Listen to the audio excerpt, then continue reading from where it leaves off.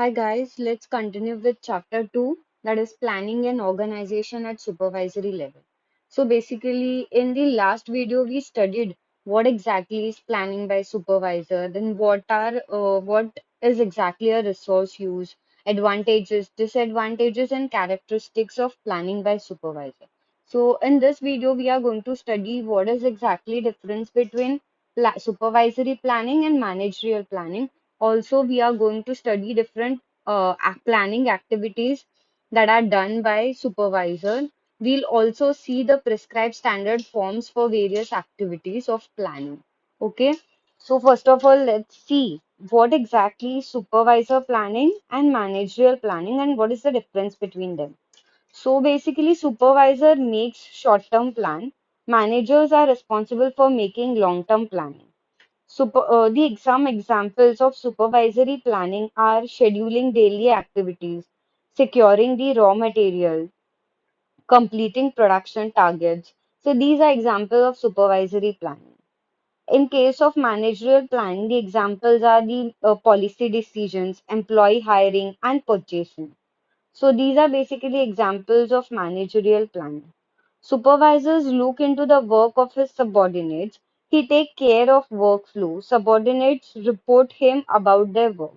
So basically, supervisor is responsible to look after the work of the workers. They are under the supervisor, maintain the workflow, and okay, so this is basically responsibility of a supervisor.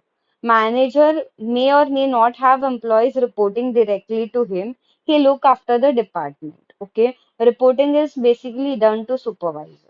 Okay, supervisors are internally focused in planning, and managers are basically externally focused in planning.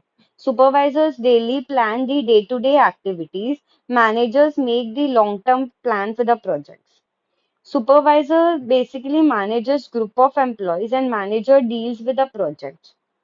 Supervisor's duties are basically focused on internal operations of the organization and day-to-day operations of the organization. Okay, and this operational planning and managers is all already focused on strategic planning. Supervisors basically plan the budget related to manpower, overhead, raw material and other small expenses, whereas manager plan large budgets for the capital projects. Okay, so this is basically managerial planning. Then are your planning activities. Okay, so information on these is the some steps are given for information needed for planning activities. In order to plan the activities, you need to know the number of jobs to be done, then the quality of what quality of work is expected, how many resources, like how many workers, staffs, machine, equipments, and tools are required or available for that particular task. Then a systematic procedure or sequence of operation you should know.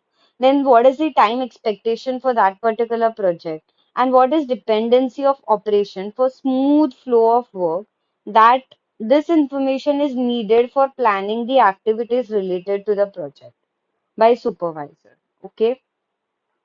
Next, we'll see what are steps in planning the activities.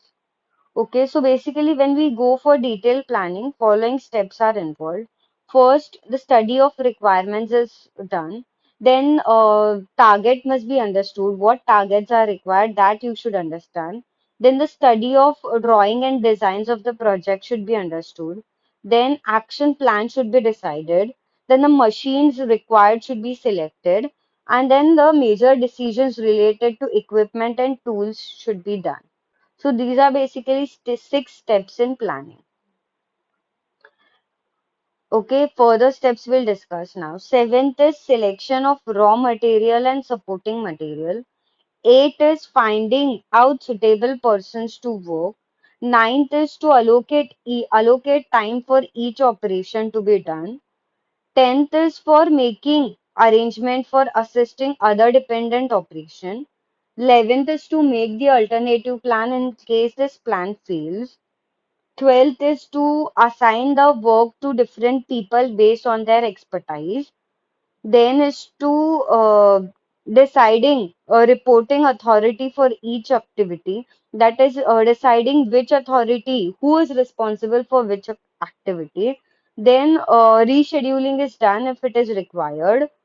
Then the confirming authorities, and you should confirm the responsible authorities and responsibilities. Then the documentation or proper formatting should be done for that planning document. Then if there is any uncertain thing happening, the supervisor should be ready with the another plan. Then communication method for the plan should be decided. And lastly, the arrangement should be done for measuring the performance, work performance, and the quality of the work. So these are basically 19 steps in planning the activities by the supervisor. Okay. Next are the steps to be followed after the planning of activities is done. First of all, the supervisor must study the work order. He should take the help of the expertise. If he is not clear of any task or seniors regarding the requirements of the project for the planning, then he should see that the targets are in terms of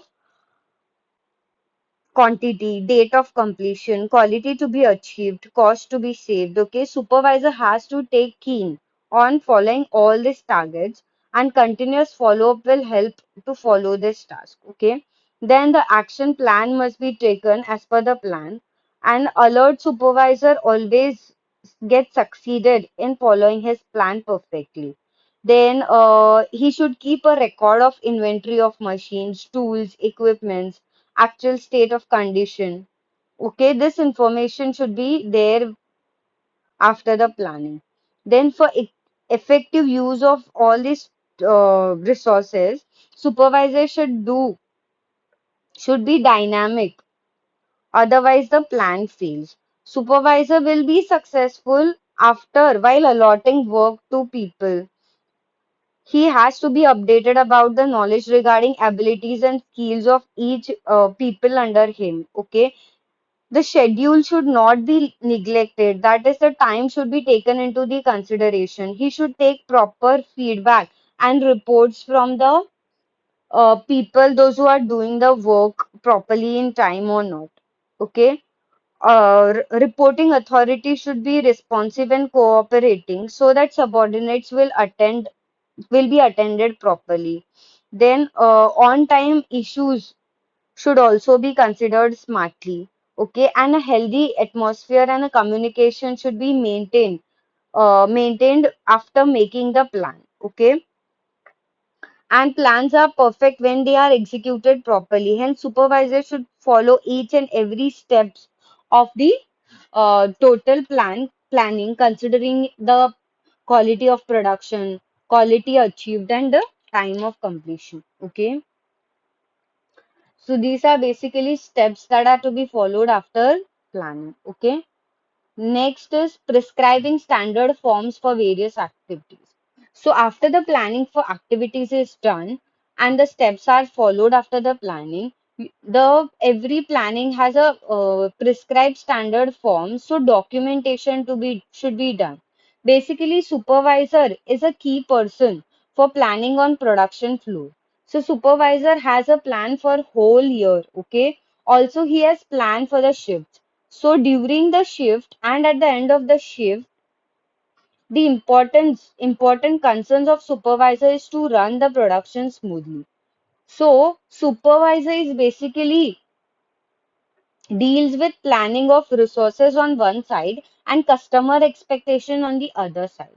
So there are 5 M of planning by supervisor, that are man, machine, material, method, and measurement. So these are 5 M's he should remember while planning. Supervisor should remember.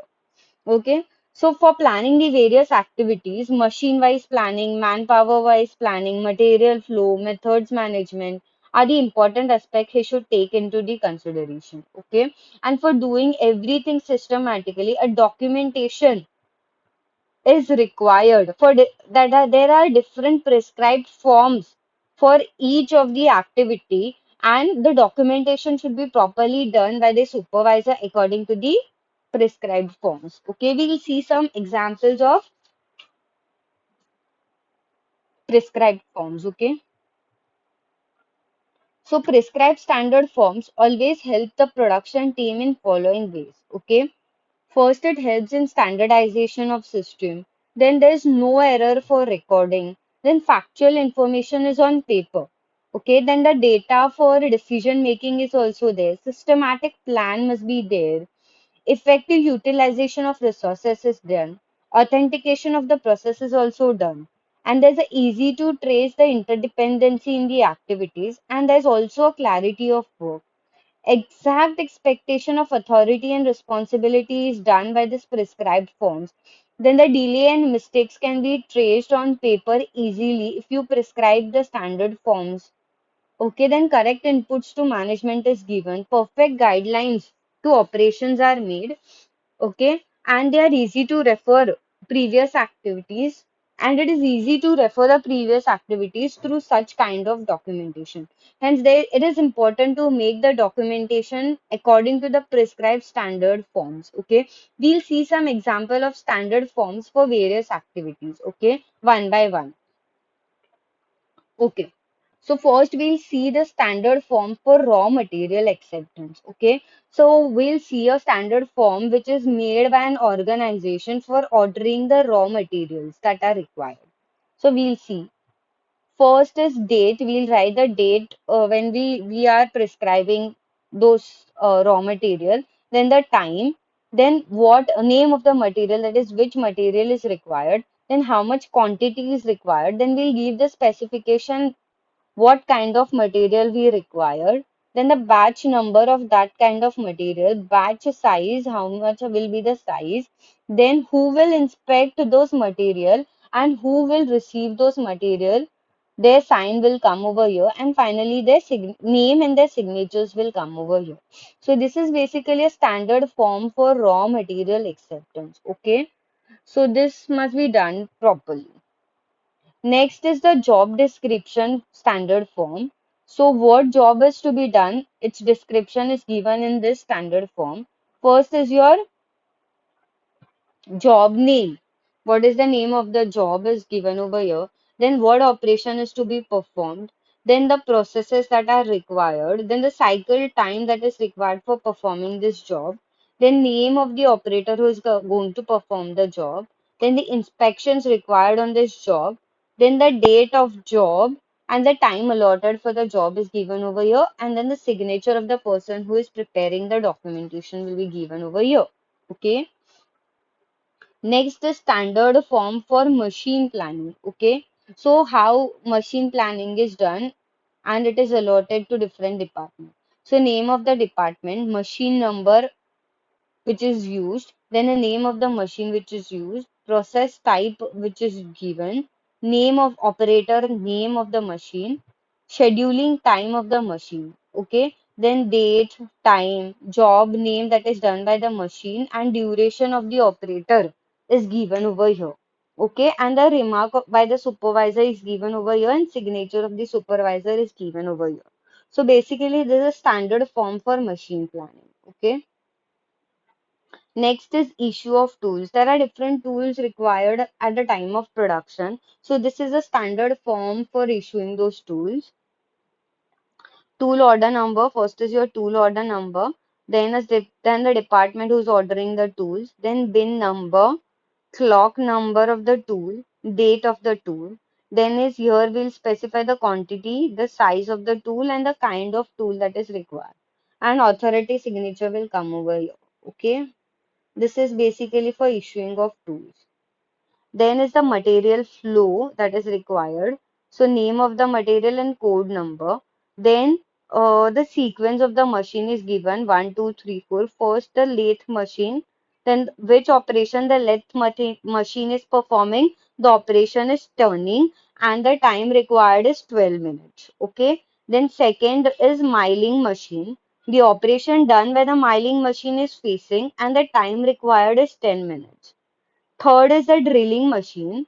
Operation done by the drilling machine is holing operation, that is hole, and the time required is 3 minutes. Then the grinding machine. Okay, the operation done by grinding machine is surface finished and the time required is 11 minutes. Okay, So this is basically a material flow of the machines. Okay.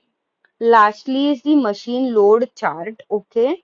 So machine is lathe machine. Daily machine capacity is 70 hours. And this is the sequence of hours or assigned order hours. Okay. First is 35, time is 35 hours, then 64 hours, then 60, 32, day 1, day 2, day 3, and day 4. So milling machine. Milling machine daily machine capacity is 80 hours. On day 1, it is used for 64 hours, day 2, 12, day 3, 20, day 4, 25, and day 5, 60. Then is your drilling machine. Its daily capacity is 90 hours, and on day 1, it is total is 90 hours. So 80, 61, 55, 37, and 88. Okay. So this is basically a machine load chart. Okay.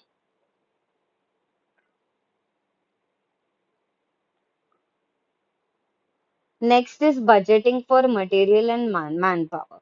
Okay. So when you are using something, always when you are working on a particular project, always a budgeting is required for the material and manpower related that are required on that particular project.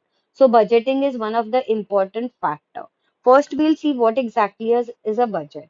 So budget is an instrument of management used as an aid in planning, programming, and control of business activities. So, what is a budget? It is a financial statement that is prepared and approved prior to a defined period of time. If there's a project, always a budget is prepared for that particular project, okay, and approved in prior. Okay, it is return plan of action and it is always used for cost control purposes. Okay, so this is called as budget. Next is budgeting. Budgeting is basically art of making the budget, that is preparing a budget. It basically focuses on forecasting and pre-planning for budget of a project. Such budget is based upon a past experience and present. It is prepared based on a past experience and present condition. Okay. Next is budgetary control. Budgetary control basically makes use of budgets for planning and controlling all aspects of production and say or selling the products or services.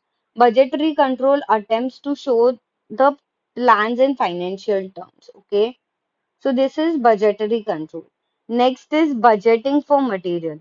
So as per the requirement of the final product, supervisor can find out quantities of raw material needed.